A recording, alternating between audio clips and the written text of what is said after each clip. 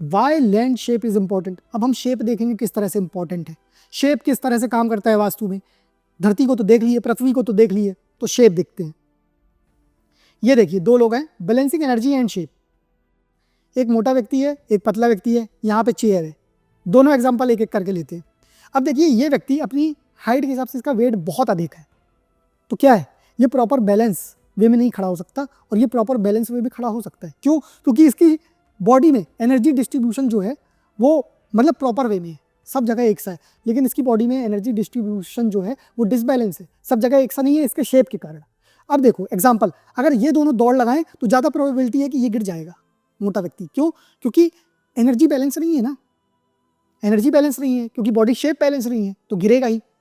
एक तरफ ज़्यादा भार पड़ गया, एनर्जी पड़ गई, गिर गए। दूसरी चीज़, इस व्यक्ति को डॉक्टर बोलेगा कि अपना वजन कम कर लो। जब कोई व्यक्ति हद से ज़्यादा मोटा हो जाता है, डॉक्टर क्या कहते हैं, अपना वजन कम कर लो, घुटने खराब हो जाएंगे। क्यों? क्योंकि इसकी बॉडी का जो एनर्जी है, ग्रेविटी, मैंने क्या कहा, वास्तु क्या है, धरती। धरती में क्या, सूर्य भी काम कर रहा है, ग्रेविटेशनल फोर्स भी काम कर रही है, मैग्नेटिक फोर्स भी काम कर रही है, कॉस्मिक एनर्जी भी काम कर रही है, मतलब नवग्रहों की, यूनिवर्स की।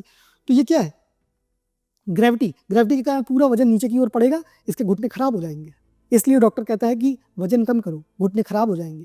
वजन कम करो क्योंकि तुम्हारा भार तुम्हारे ऑर्गन्स में पड़ रहा है, लीवर में, किडनी में, लीवर किडनी खराब हो जाएंगी। वजन कम करो।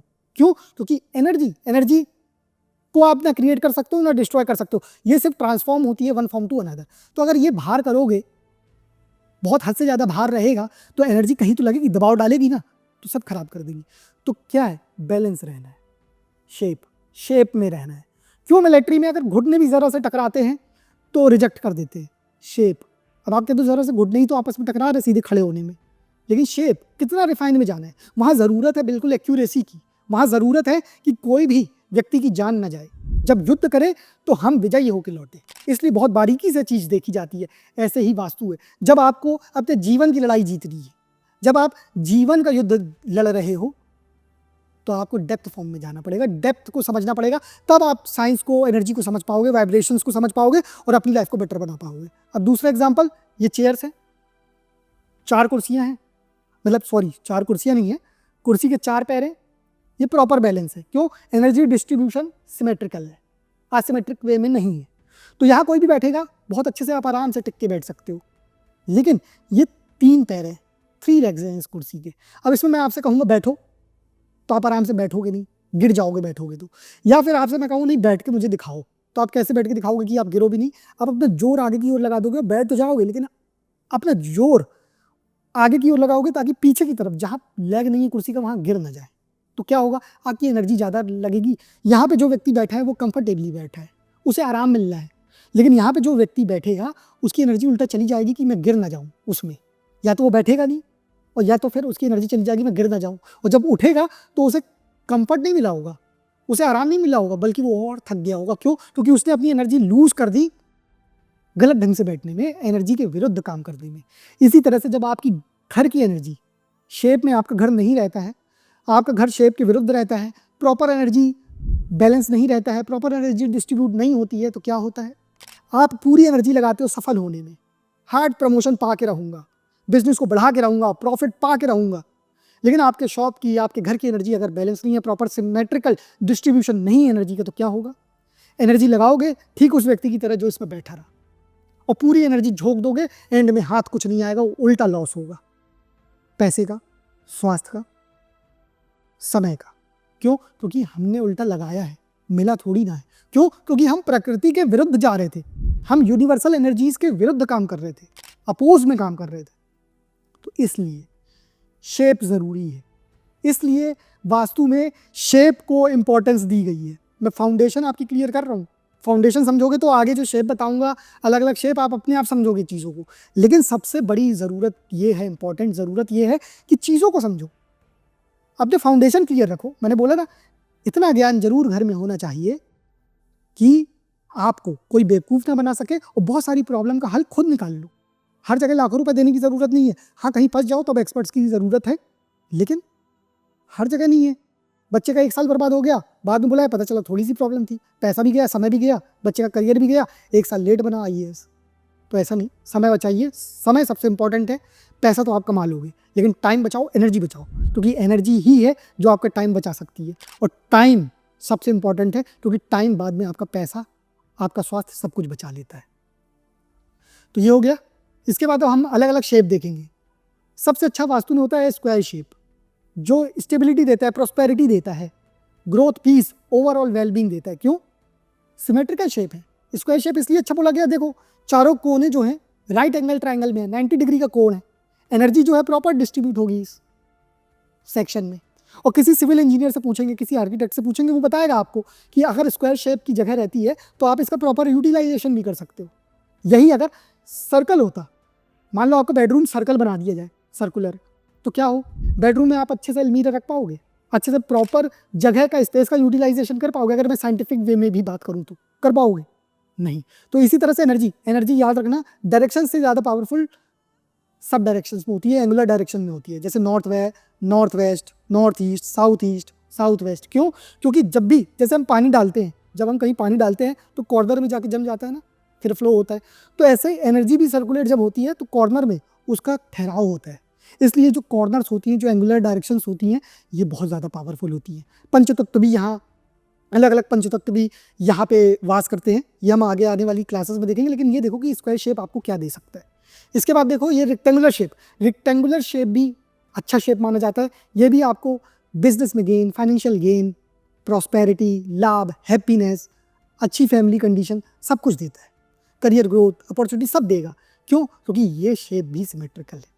ये भी वास्तु के हिसाब से अच्छा माना गया है। सबसे अच्छा स्क्वायर माना गया है, फिर रेक्टेंगुलर माना गया है। तो अगर आपका घर, आपका प्लॉट, आपका फ्लैट, या फिर आपका फ्लैट जहाँ अपार्टमेंट बना है वो अगर ऐसे शेप में है तो अच्छा है, वास्तु का एक चेकलिस्ट पार। इसके बाद ट्रायंगुलर शेप आया।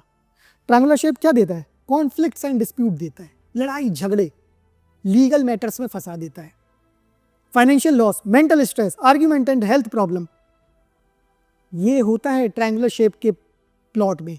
कभी ट्रायंगुलर शेप का प्लॉट मिले तो घर मत बनवाना, या अपना दरवाजा ट्रायंगुलर शेप का मत बनवा लेना। ट्रायंगुलर शेप फायर एलिमेंट को भी रिप्रेजेंट करता है, अग्नि तत्व को रिप्रेजेंट करता है। अगर ऐसे प्लॉट में व्यक्ति रहे तो बर्बाद हो जाता है, ना खुशियाँ मिलती है, ना पैसा मिलता है, उल्टा लीगल ट्रबल्स में अलग फंस जाता है, मानसिक बीमारी अलग घेर लेती है, मेंटल डिप्रेशन और एंजाइटी में अलग चला जाता है। अब चलिए एक छोटी सी केस स्टडी हो जाए ताकि आप लोगों को समझ में आए कि किस तरह से शेप काम करते हैं। ये सब जानते हैं, नोएडा के जो लोग होंगे वो जानते होंगे, बाकी लोग भी सर्च कर सकते हैं इंटरनेट में। ट्विंस टावर डिमोलिशन ये हुआ था 2022 में। ये देखिए टाइम्स ऑफ इंडिया की रिपोर्ट है, मैंने एक स्क्रीनशॉट निकाला है। Noida twins tower raze to ground in massive blast. Key points 28 अगस्त 2022 की ये न्यूज़ है। यहाँ पे एक सुपरटेक करके टाउनशिप थी जहाँ पर ट्विंस टावर खड़े थे बहुत बड़े, उनके मतलब उसको गिरवाया गया कुंटलों ब्लास्ट लगा के। क्यों गिराया गया उसको? क्योंकि वो इलीगल बनी हुई थी, रियल एस्टेट के जो नॉर्म्स होते हैं प्रॉपर फॉलो नहीं किए गए थे, वहाँ पे कानूनी कार्रवाई चल रही थी। एंड में कोर्ट ने ये डिसीजन दिया कि इस बिल्डिंग को गिरा दो। क्या हुआ? समय का लॉस हुआ वो बिल्डिंग बनाने में, पैसे का लॉस हुआ जिनका पैसा लगा रहा वो बिल्डिंग बनाने में, या जिनने वहाँ पे घर लेना चाहा था उनका। मानसिक दिक्कत झेलनी पड़ी किनको? जो प्रोजेक्ट से जुड़े हुए लोग थे। अल्टीमेटली लॉस झेलना पड़ा किसको? सबको।